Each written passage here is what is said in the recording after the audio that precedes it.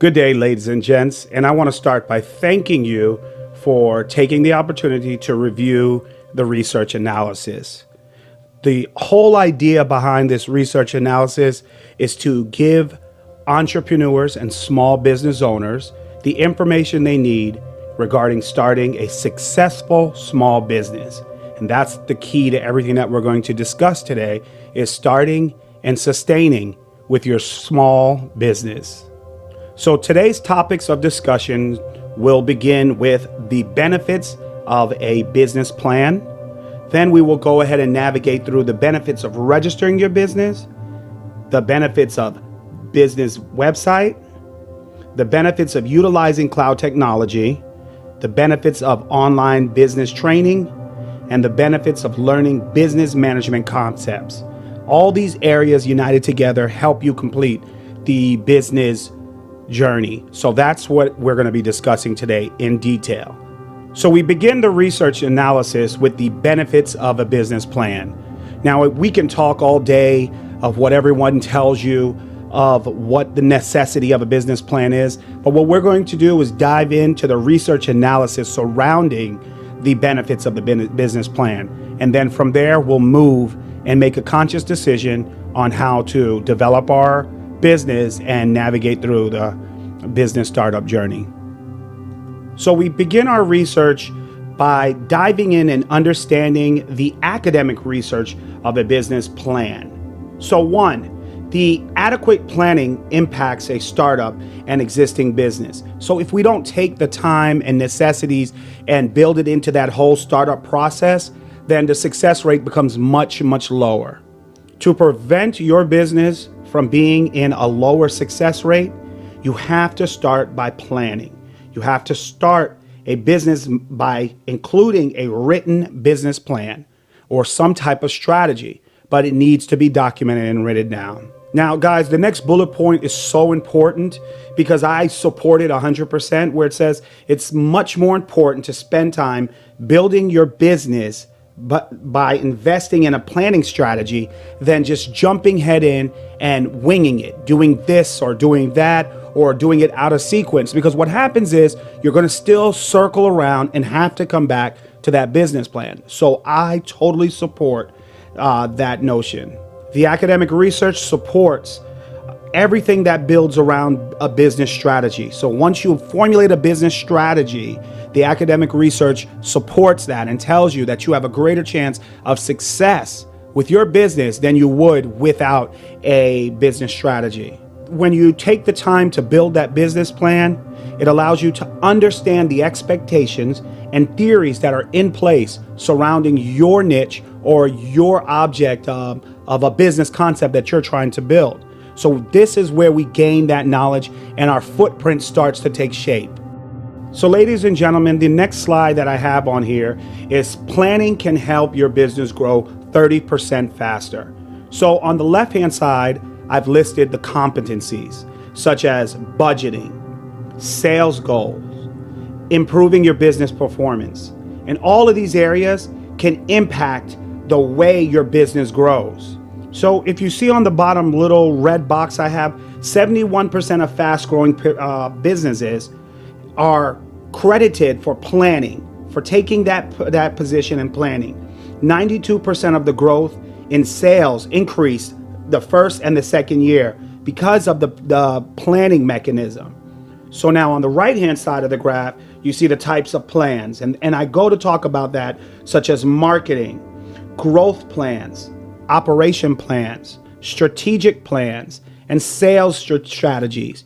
All of these are different types of plans that you can implement to make sure that your business grows 30% faster in its first 1 to 2, 3, and 4 years. So let's continue on with our strategic planning. So as we move on to the next slide, it begins by asking us, do I write a business plan? And this is a question that I get all the time. They say, Professor T, should I write a business plan? Why do I need a business plan? And, the question always boils down to this, and we'll discuss it in its entirety. So when I begin to analyze a client or a business owner, I try to ask them the same complete competencies because I want to see where their mind is and how they think this will impact their business. So I begin by asking them, what kind of planning are you doing? How much time are you spending doing it? What impact will this have on your business? Will this impact your ability to raise money? What should you start planning, or when should you start planning? And what can I do to reduce my chances of failure? So I asked them these same questions that they would ask me. And it always generates the same thing. You're starting a business. Well, what type of business? What kind of business are you starting? You're starting a business startup. How much time are you spending? I always tell them to spend at least 5 to 10 hours a week to really develop whatever they're wanting to start out with. Then the next part, what impact will this have on my business? If you invest in a business plan, it's going to create a solid foundation. It'll allow your business to withstand the test of times and last beyond the 5-year threshold. What impact will this have on my ability to raise money? It's going to affect you positively, because if you go down to get a loan from the bank, or if you seek independent investors, they're going to want to know that you understand what the ins and outs of your business and that there's a business plan in play. When should you start planning? The planning begins now. If you're listening to this broadcasting and you're deciding on whether or not to start a business, guess what? This is the planning stage. The balls in your head are moving and everything is happening now. Your thoughts are unstoppable. So this is the time that you have to decide, yes, I'm ready to start my business, and this is the starting point. And what can I do to reduce my chances of failure? Complete the startup process. Go in those sequential orders, and this is what I'll be discussing later, and just make sure that you do it with 100% clarity, and that is going to reduce your chances of failure. So now we're going to discuss what benefits planning has for existing businesses. So let's start with the existing business concept. And I tell people that if you're already in existence, your business will benefit the most from this. Why? Because you already have identified your ideal customer. You have proven data from the planning phase, so you understand where the playing grounds are. You've gotten a chance to see what your clients and your customers like and what they don't like. And your strategies are based on tested information. How does planning benefit existing businesses? It allows you to advance your concepts. It takes you to another level, and the risk is a lot lower because you know what the market is performing at, and how to avoid those pitfalls. So you're at a good advantage when it comes to creating some type of plan right now in the game that you're playing. So guys, let's talk about the quality of your business plan, because I tell everybody it is not that you just have it written. It matters. It matters of the quality of your business plan. And it all depends on you as the business owner or the entrepreneur.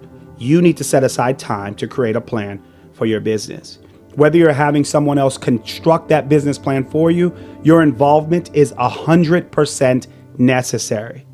This is not a quick process. This is not something that you can just rest aside and say, oh, I'll do a little bit today, I'll do a little bit now. No, it is a long, drawn-out process that requires your attention.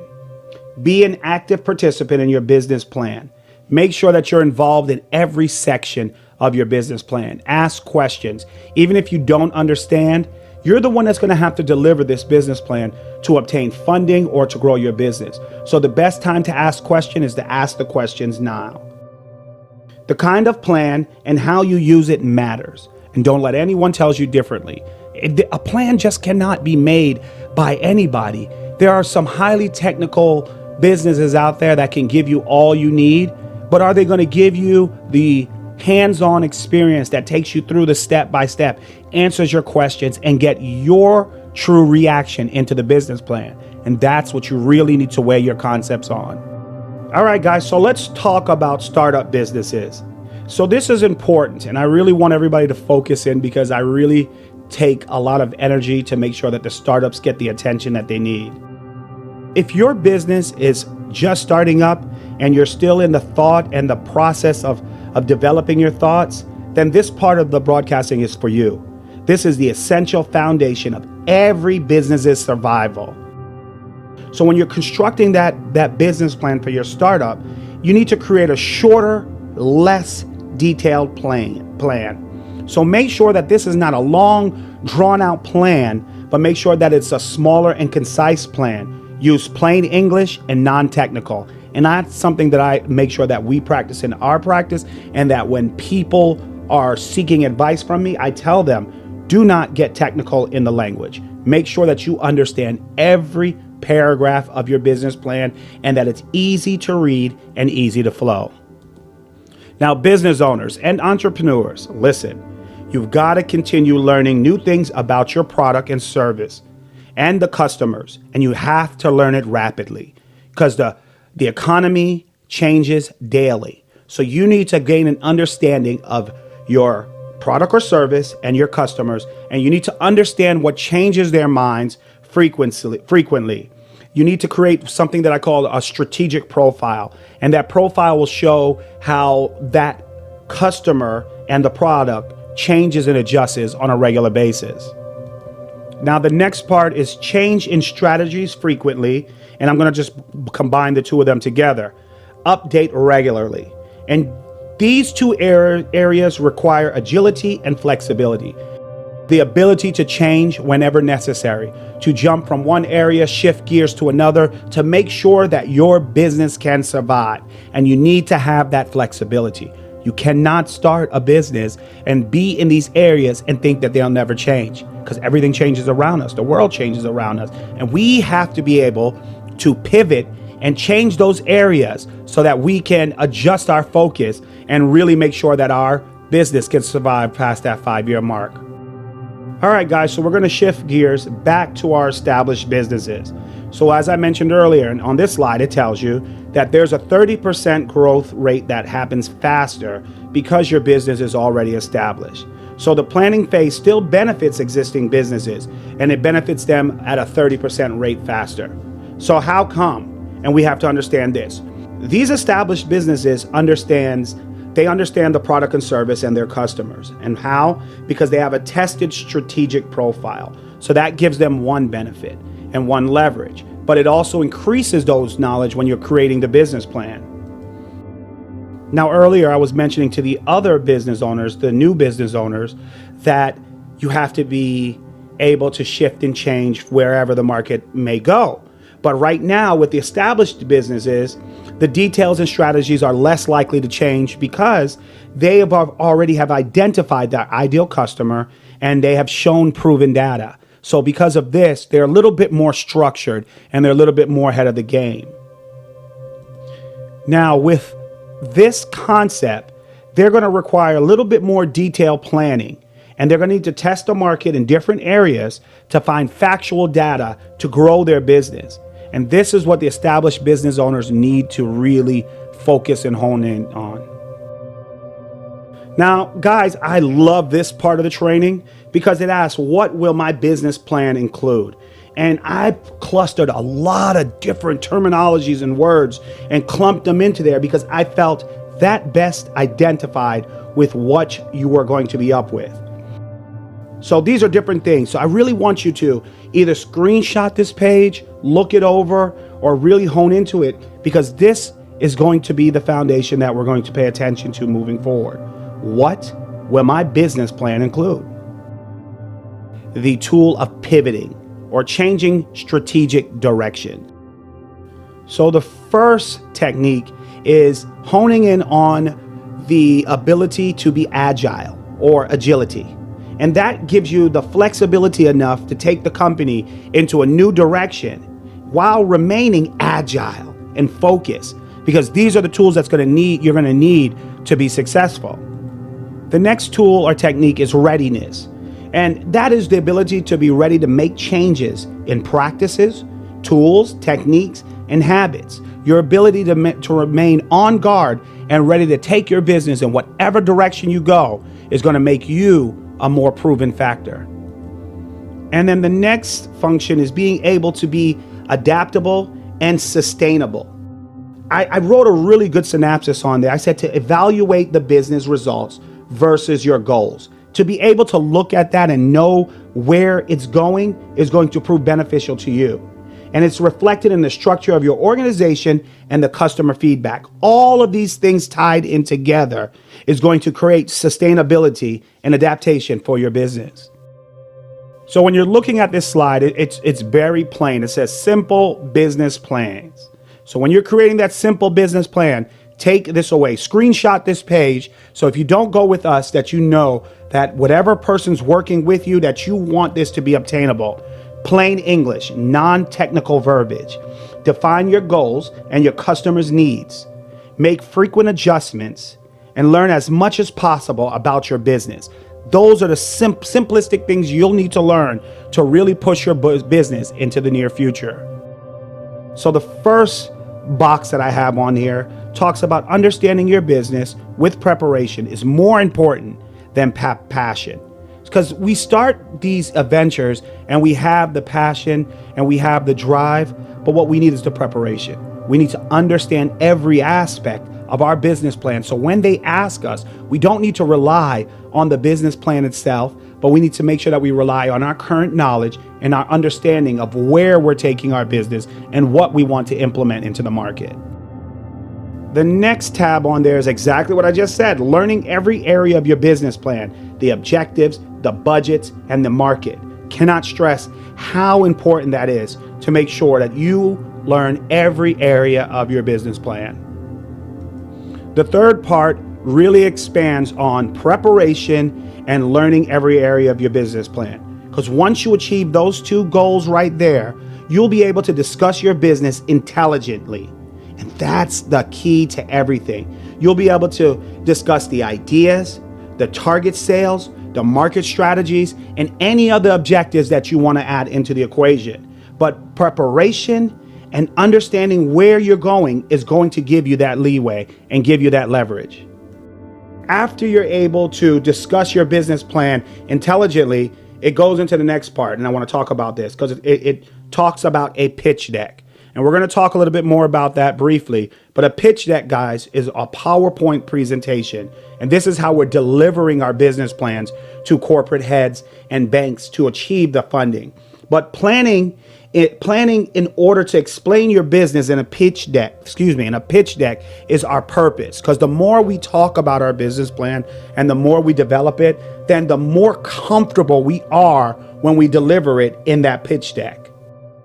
Now, ladies and gents, once we're able to achieve all these desired, crucial preparation tools, then and only then will it improve our chances of getting funding. So now our takeaway is, when should I start working on my business? And that is a question that I get around the clock all the time. And here's my answer to you. You should start your business the earlier, the better. The sooner, the better. You're starting now if you're listening to this broadcasting. You should be writing notes, taking documents down, telling yourself what screenshot you're going to screenshot and moving forward. But the process begins now. All right, team. So now we're at the place where we start asking ourselves, how can you or how can I establish legitimacy? How can I enter in this market and people take me as a legitimate entrepreneur? And it starts now, guys. And the first, engaging with your potential customers, really getting out there, asking questions, seeking out those that you would think would be your customers, and just engaging with them, just talking to them and asking them different questions. What will this do? It'll bring the survival rate beyond 5 years, because the bottom line is you understand your customers. You understand those that are going to be buying your product.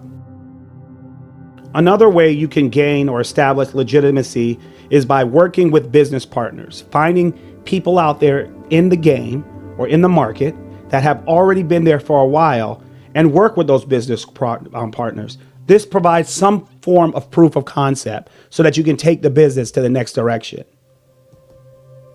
A third indicator of establishing legitimacy is looking for funding. And not only looking for funding, engaging with the person that's providing the funding and securing that business loan.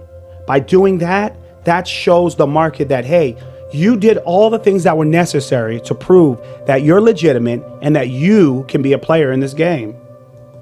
And the fourth way is by researching the industry. understanding what the industry has to offer, understanding what the players are already doing and what can be brought, and really establishing your own business success when you enter into the industry.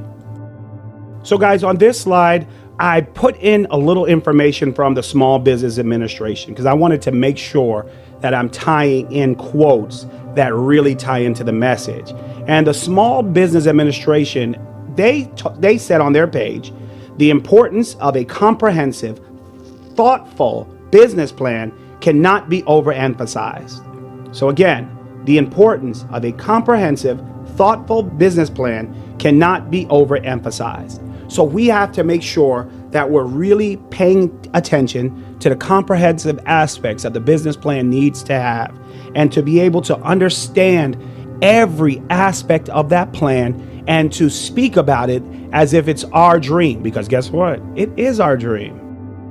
All right, so entrepreneurs and business owners, when you're going to start this plan, really understand you need to get the essential planning done before you start the marketing aspects of the business. If you do not, what happens is you really open up yourself to failure, to a failure rate. And we want to make sure that we are reducing that failure rate. Now understand that the planning objectives change frequently. So this happens because new information comes across the game on a regular basis. So we need to make sure that our planning is up to date and it withstands the hand of time. Now, when you decide to test the market, one way or the easiest way to test the market is talking to potential customers. This is a form of planning. You know, once you talk to your customers and you do these simple steps, then you're ready to start a marketing plan. Now, when you're out there talking to these customers and really researching the customers and finding out all the ideal aspects of your customer, then you'll learn that the customer has needs. They have price objectives, and you got to find out how to reach them. Ladies and gents, when you construct a business plan that is sustainable, guys, what's going to happen is you're going to eliminate the failure rate. It goes right out the door. It becomes marginal and it becomes non-existent. Why? Because when you establish a plan and update it regularly, you become unstoppable. Because when you establish a plan and update it regularly, your business becomes unstoppable. And to make sure that you have that lead against your competition, you have to track your performance and adjust the plan as you go. Track your performance regularly and make the adjustments that the market is calling for. Because you're going to know what you need to change, because you've already studied the market, you understand your customers' needs, and you know how to pivot and change directions so that your business can last beyond the 5-year threshold. Your business is less likely to fail if you have and start and implement that business plan. Part 1 says success depends on the plan. So we know we need a plan, and we know the plan needs to be successful. But we need to create what Part 2 calls value. And the value depends on the approach that we implement towards our customers, to the industry, to let them know that we are emerging player is extremely important. Part 3 is understanding your customer. And the only way to do that is to get out there, talk to them, research them, see what their needs, see what their wants, and learn how to provide it for them. Part 4 is understanding your market as it changes.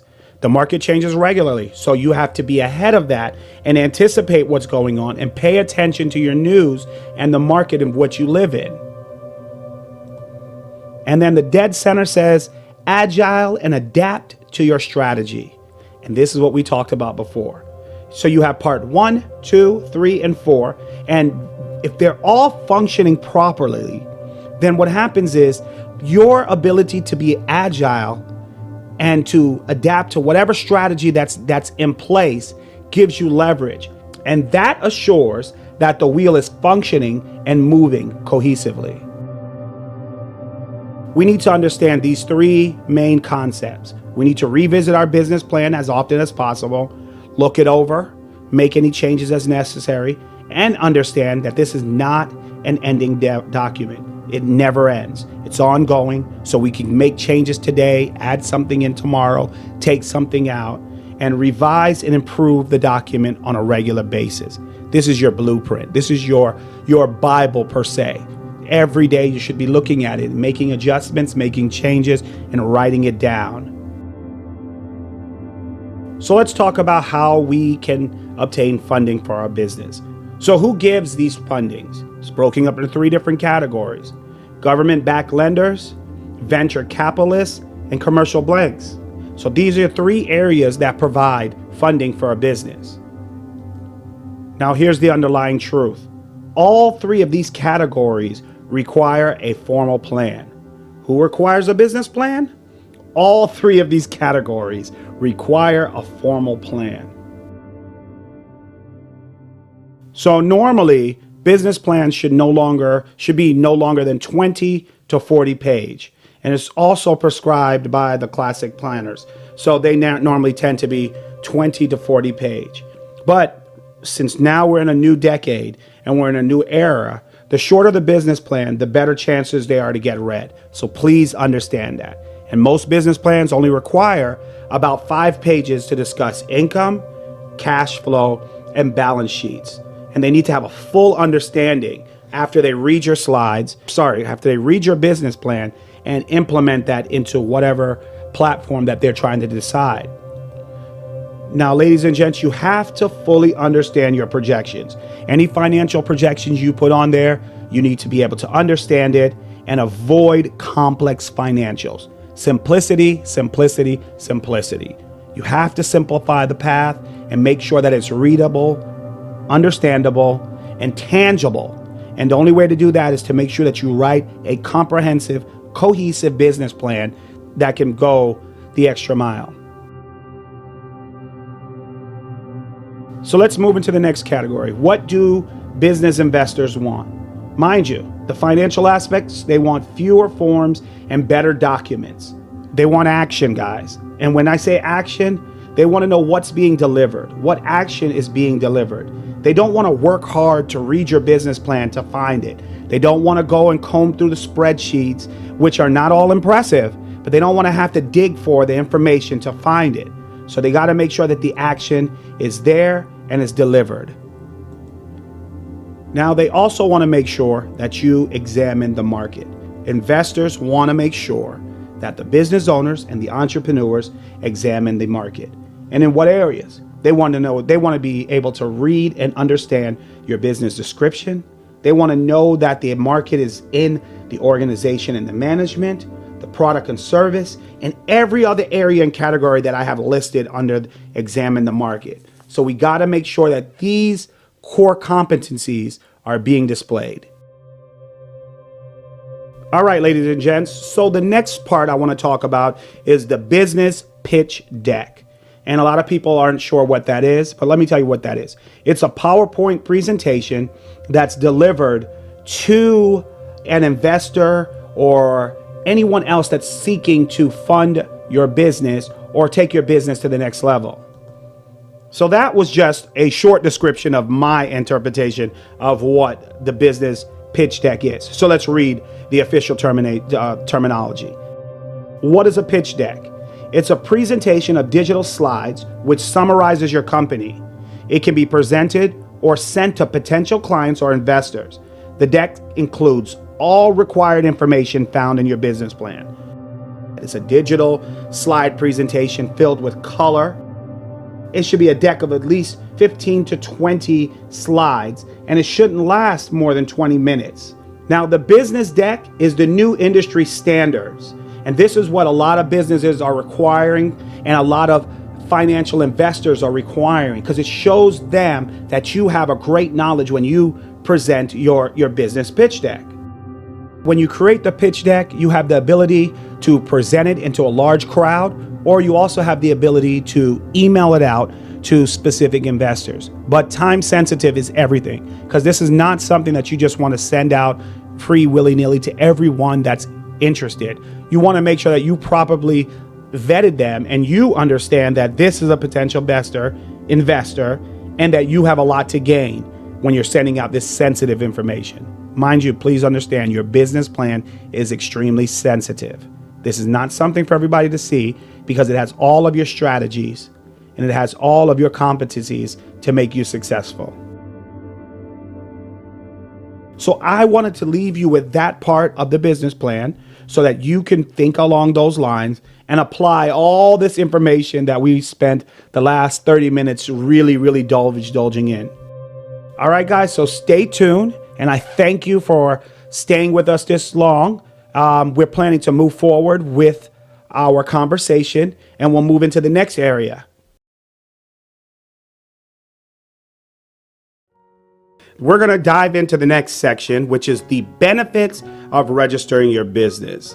And this is a continuation of the research analysis. There are 4 more topics of discussion after the registration business. So tune in, or fast forward through, listen to those sections. But I would like to tell you to just go ahead and listen to the whole entire broadcasting and really apply it to your business. So I wanted to share with you the statistics of what a business is in the United States. So guys, 30.2 million small businesses are here in the United States, within the 50 states. And that accounts for 99.9% of businesses. So understand the complexity that we're in.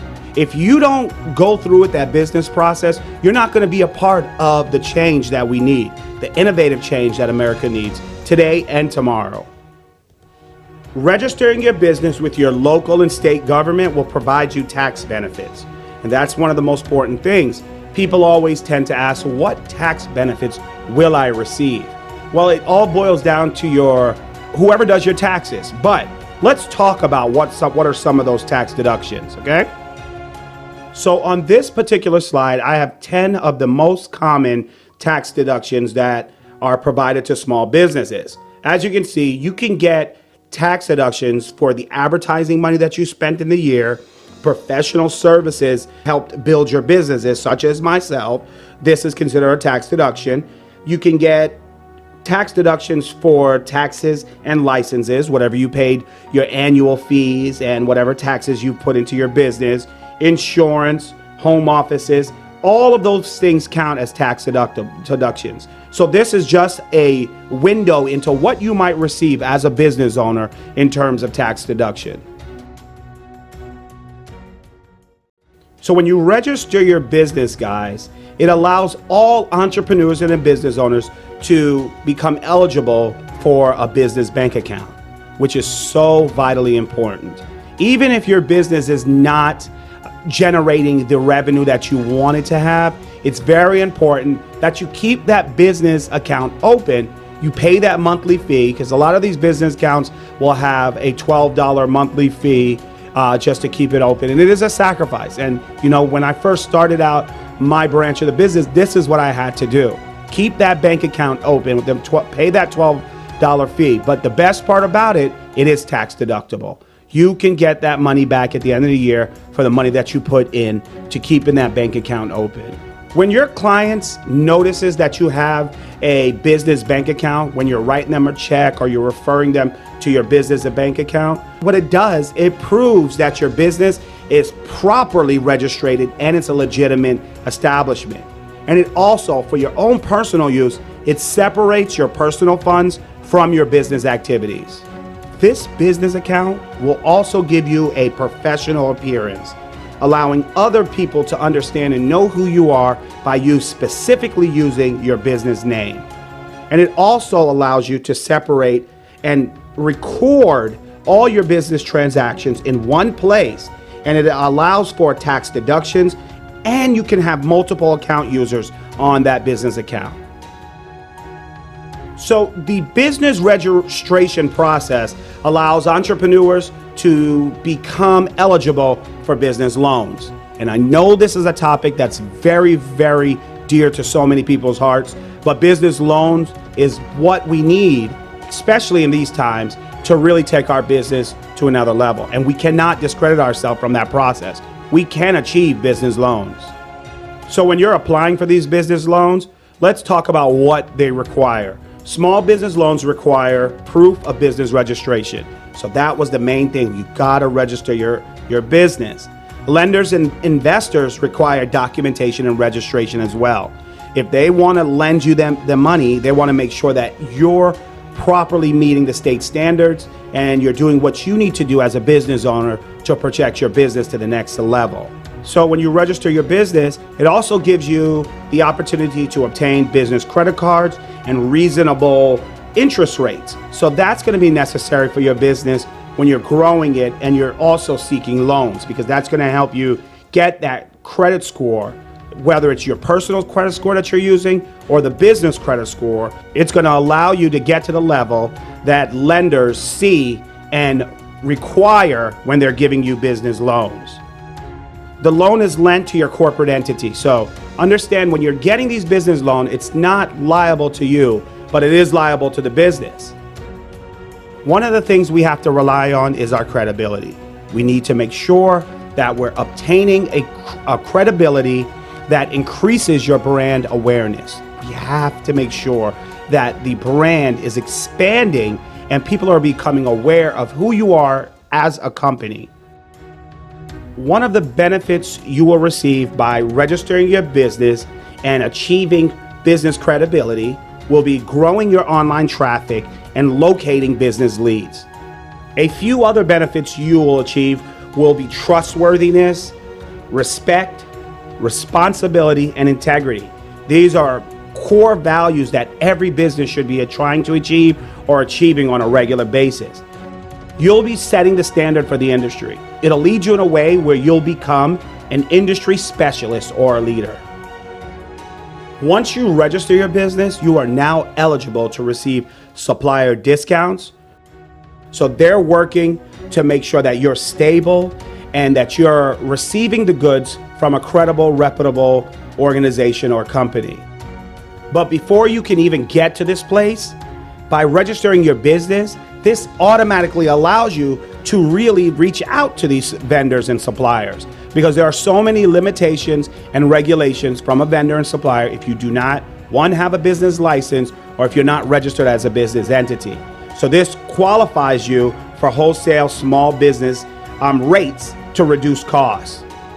You also gain access to government contracts, which you're allowed to apply for now, and it strengthens your client portfolio because they see that your business is expanding and they see that you do business with other industry leaders. Now, and I did mention government contracts. So now that you're eligible for government contracts, what happens is approximately 25% of small businesses will obtain the government contracts once we take the time out to apply for it. And then 10% of minority-owned businesses would receive access to government contracts. So they set these regulations in place so that they can attract different small businesses and minority businesses into the government contract playing field. But the only way you can participate or even be eligible for one of these contracts is if you register your business. Your employees are allowed to receive extra benefits that your business will provide to them for their service. If you're offering this to your employees, what happens is it starts to maximize productivity, increasing your work level, quality of work. It also grows and scales your business, and your sales grow as well with agility, and it schedules control and employee training. So there's a lot of benefits that maximizes out of this for your employees. When you're hiring employees, if you hire veterans who are injured or disabled, there's up to $9,600 worth of tax credits. As an employer, you can receive tax credits for hiring individuals such as ex-felons, SSI recipients, vocational rehabilitation referrals, and even veterans. There's up to 9,600 different tax credits out there. So that it'll benefit your business to really look in these areas when you're considering hiring new employees. There are two different tax credits that I wanted to mention you in those two categories. It's the Work Opportunity Tax Credit and the Barrier Removal Tax Credit. Both of those amounts are listed on there, and they're per individual.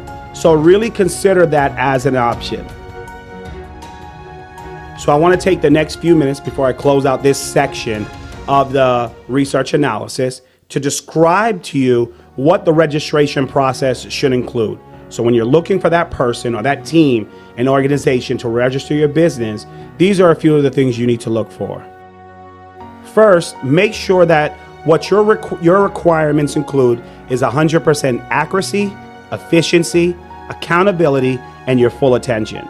So if the organization that you've chosen to register your business do not focus on accuracy, efficiency, accountability, and having your full attention, I would advise you not to proceed with them, because once the business entity is registered, you're the one that's held accountable for that. So the next part is establishing your business. When that team or organization is registering your business, make sure they're creating a legal entity with what you're saying in mind. Don't let them just jump to something and say, oh, well, I think this is best for you. Make sure that they're hearing you out, they're hearing your concerns, they're hearing every avenue that you want to address, and then they apply that to their methodology. So on the slide, I have some terminology on there, such as filing organizational documents, filing a trademark if necessary, or obtaining a certificate of existence. So I put that on there so when you're dealing with whomever, if it's not our company, then it's someone else, that you're asking these questions. You ask them about what those areas are, or you ask them, have they filed those areas, and may you see them? So you can ask those questions when you're having someone create that business entity for you. The business registration process also includes tax requirements. So make sure that you obtain a state sales and use tax ID. It might be called something different in each state, but make sure that you're receiving something equivalent to that. If you mention it to them, they should be able to tell you what the terminology is. And make sure that they're filing your EIN number. It's a federal employer identification number. So everyone should make sure that you have that. Another part of the process is registering your business name and trademark and obtaining documents for a business bank account. So they should be able to make sure the documents are easily prepared and obtainable so you can obtain your business bank account. And finally, the business registration process should also include your business license. So this is where it gets a little tricky, because your business license should be either in your state, your city, your county, or it's either federal. So you have to make sure which license applies to your business. And then there's also an occupational license and zoning. So you got to make sure that you know the conversation before you're asking them to get you these license or prepare the documents so that you can obtain these license. So again, on the slide, it's there. So I would say screenshot this slide so you have it and, take that with you so you have some talking points when you're moving forward. We have made it through the business registration process, and I thank you for that. And I'll see you in the next part, which will be the benefits of a business website. Good day, ladies and gents, and welcome back, guys, to part 3 of the research analysis. And this topic is going to be the benefits of a business website. We are in part 3 of the business analysis. So far, we've discussed the business plan, the registering your business, and now we're going to talk about the benefits of a business website. There are also 3 other segments after this. So if you have time, fast forward through to the segments that pertain directly to you. If not, I would recommend that everyone listen to the entire broadcasting. In the graph, you can see in 2020, it's projected to be 293 million users. That's 89% of the people, total population online. And then the growth continues to move from there. 2021, we're looking at 302 million internet users. 2022, you're looking at 310, and so forth. So this graph shows you the increase over the next 4 years. I show you this because it's important for you to understand why your business needs to be online. There are 7.7 billion people, all right? And of those people, 3.5 billion of them are online. So I hope you're starting to see that correlation, that majority of our population spend most of their time online. So guess where we need to be as business owners? We need to be online as well. So 93% of all online experiences begin with the search engine.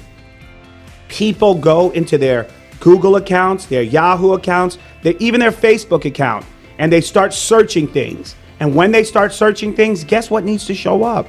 Your business. And that's what we really, really emphasize, that your business shows up on the World Wide Web. So between 44% and 51% of small businesses have a website.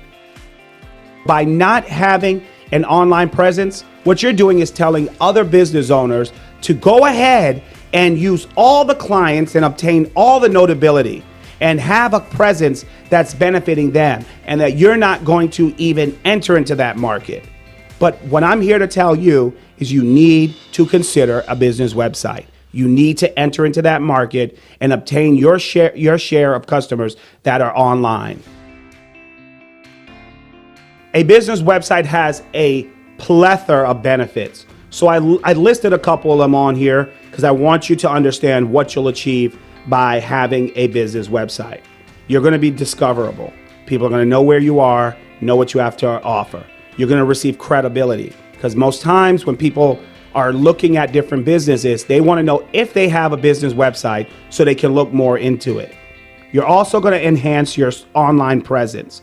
You're going to be everywhere, or you're going to be some places. It really depends on you. And all of these efforts help build your business. So your business starts to grow or enhances even more with that online presence. You also achieve access to new customers, and you're also able to educate your customer. But this expands your market and extends your local reach. And all of this is on the slide of benefits. So really go ahead and swipe left and screenshot that so you have some information that you can take forth with you about how a website benefits you. But it's very important for small businesses and businesses everywhere to have a website. So the focal point of a business online presence provides small business owners proof of business existence and credibility. This tells people that your business is here. I'm in the market, I'm in your city, and I'm here to do business. And I am a credible resource to do so. It also provides those same customers access to your products and services 24 hours, 7 days a week. And it allows you to sell to a wider market. And finally, your business website gives your clients access to your business information at their disposal. I cannot express the importance of having a business website. See you in the next section, which is going to be the benefits of utilizing cloud technology.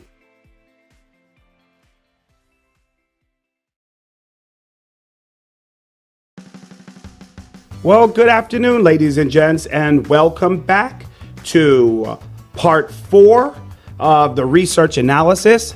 And in this topic, we're going to talk about the benefits of utilizing cloud technology. So as you can see in this analysis, we have covered 4 other different topics. We've covered the business plan, registering your business, business websites, and now we're going to be talking about cloud technology. There are 2 other additional topics after this. So if you're not interested in all these different topics, go ahead and fast forward through to the topic that is most beneficial to you and your business. Or if not, I encourage everyone to listen to the entire broadcasting. Let's begin by asking or answering the question, what is cloud technology? Cloud technology is business software. Why is that so important? The importance of it is the accessibility, is being able to access that software on a tablet, a PC, which is a personal computer, or a smartphone. And you're able to access these things anywhere, anytime, by any means necessary. So the software goes wherever you are, whenever you need it. Cloud technology equals business software. We're trying to be competitive from other businesses and other mid-market and large businesses. And for us to compete in those markets, we have to have software or accessibility that allows us to respond immediately and grow and scale our business with agility so that we can be competitive and we can be an industry leader. How can my small business utilize cloud technology? There are so many different things that are out there that are software that's built into the cloud or technology that we can use as small businesses to leverage our position in the market. What will my small business gain from utilizing cloud technology? And the first thing that's unmeasurable, it'll allow you to compete on a global scale. That's the biggest thing. You're going to become competitive by using cloud technology. You're going to gain a competitive advantage. So not everybody uses cloud technology, or they use just a few of their systems or software, not knowing that everything should be accessible in the cloud. So you're going to have that competitive advantage. It provides you infrastructure, software, and storage. You don't have to worry about purchasing a laptop that has a substantial amount of storage, and you don't have to worry about putting these things or saving it on a jump drive or a thumb drive, because everything is saved in the cloud and accessible on any device. You don't have to appear as a small business. So when you build your small business with capabilities of large business corporations, you look like a large business and you become more competitive.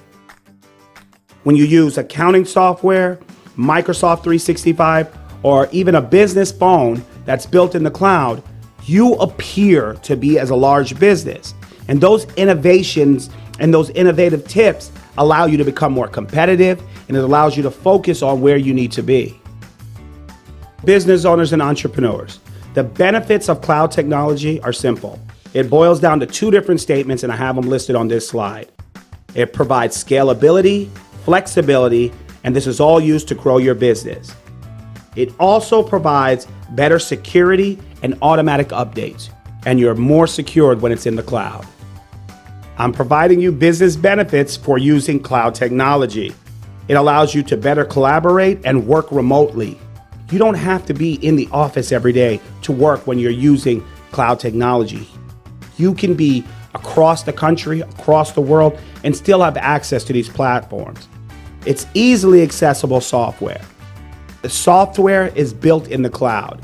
And because it's built in the cloud, it's above your head, anywhere the clouds go, your business software is accessible. You can open this technology up on any tablet, cell phone, or computer. Business owners and entrepreneurs, that's the end of this section on the benefits of cloud technology. I'm really glad that you guys were able to receive what I was giving you.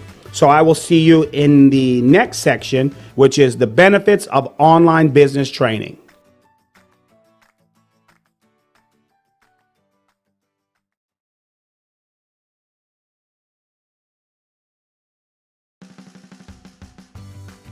All right, good day, ladies and gents, and welcome back to part 5 of the research analysis. And this section, the topic we will be discussing is online business training. We have already completed 4 other topics in our 6-part series.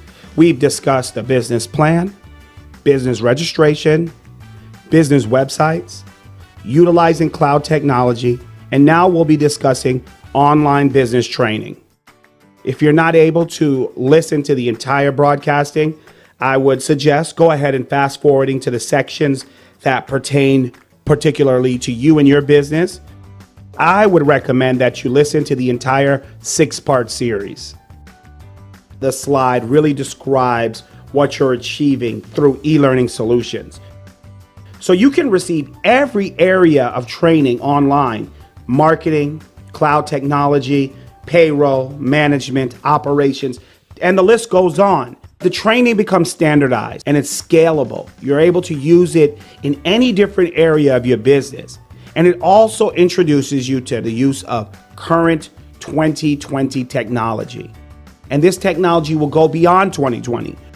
When you're utilizing this technology, you can access it on any computer, laptop, tablet, or smartphone. You can study and really learn anything from anywhere or any place on earth. The bottom of the iceberg is the training that you'll receive or you need to receive. And the top of the iceberg shows entrepreneurs with 50 hours or more of training. The online business training, the benefits of it, and normally the industry standards refers to online business training as e-learning solutions. When you're learning at home these different concepts, what happens is you're introduced to a level of flexibility. The best part of e-learning solutions or online business training is that you're allowed to include these study hours into your existing schedules. When you're taking an online training course, what happens is you're able to work at your own pace and on your own time. That is remotely important for just about anyone. Using the opportunity to learn different methods on your own time and at your own pace. If you're taking an online course and they provide you with deadlines, it shows that you can incorporate your current situation into the training so that you can really bring advancement to your business. The number one benefit of online training is the location independence. It eliminates any commute, travel time, or cost. So you're saving right there, just so that you can learn something new to implement it into your own business. So guys, I want to really thank you for diving in and listening to the online training, the research analysis. The next and final section we'll be diving into is the benefits of learning business management concepts. All right, guys, I'll see you in the next section. All right, thank you.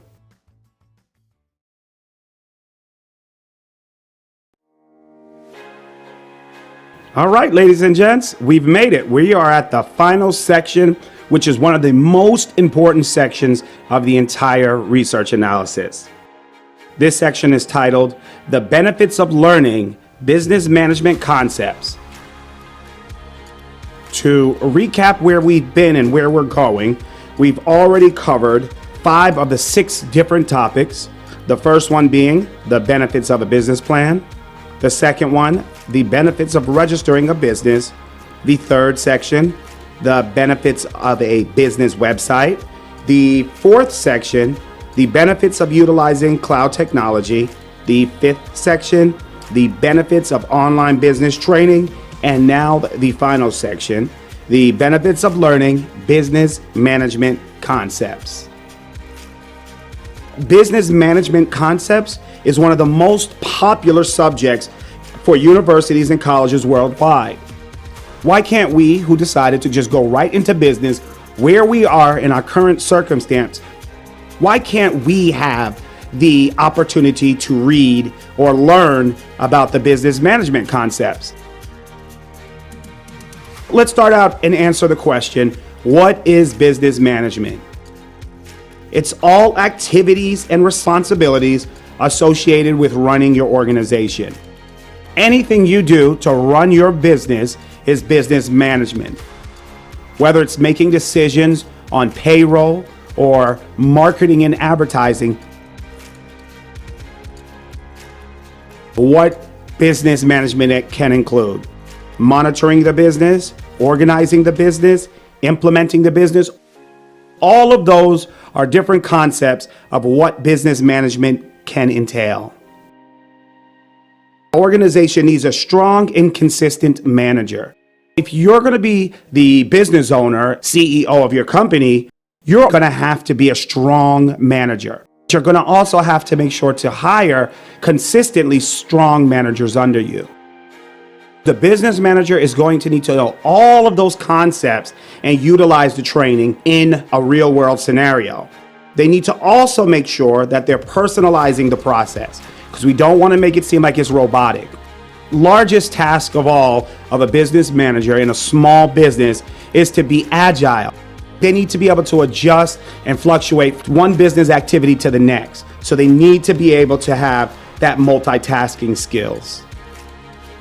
So when you develop your business, you create something called your mission and goal. But when you're hiring business managers, you need to make sure that their mission and goal is unified along with yours. It's going to make your business sustainable, and that's going to be measured by the 5-year benchmark.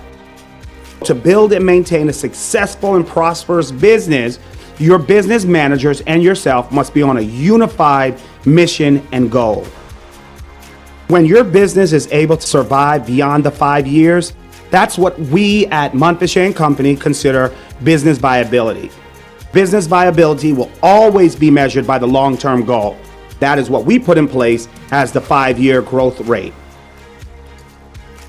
On this slide, I have a few courses in leadership and management that's listed on there. Effective teams, decision making, leadership techniques, and emotional intelligent leaders. Now, these are 4 courses that is vital for any management to be successful. These courses are ones that I selected because they have the greatest potential for building your business. Make sure that you're choosing a company or a reputable entity that is teaching these 4 core courses. Earlier on in the broadcastings, I had introduced e-learning solutions. So the reason why I introduced them together is because they go hand in hand. The e-learning that you're going to learn online should also include the business management concepts.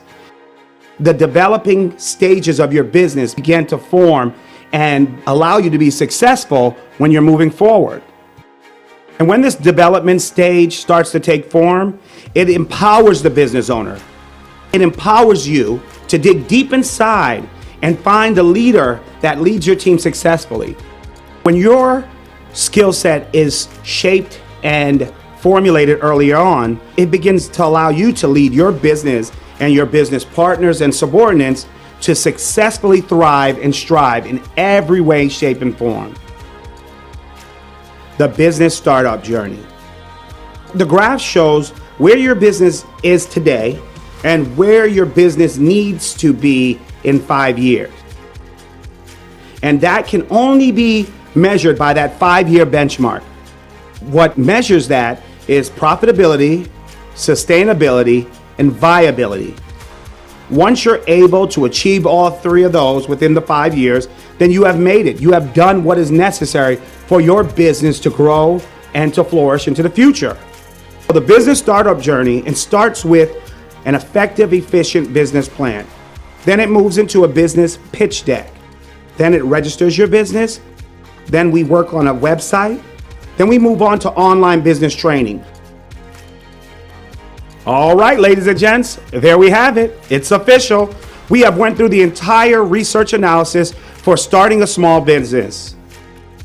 So everything we've discussed today, guys, was intended to really help develop, shape, and drive your business in the right direction. We take your business from where it is today and we bring it into a process of profitability, sustainability, and viability. To measure that success is the 5-year benchmark. Now that you've completed this whole process, where do you go from here? So the next step will be to complete a business status survey. And what that does, it just lists all of the information of where your business is today and what you're trying to achieve. And then after you finish that, we're going to schedule an intake phone meeting. And during that intake meeting, we'll really dig deep into where your business is, what has completed, and what needs to be done next. This whole process that I'm introducing to you is called the business startup journey. So thank you guys so much for taking your time out to listen to myself and reviewing the research analysis. Remember, guys, my name is James Thomas. I'm Professor T, and this was another edition of the Business Startup Journey.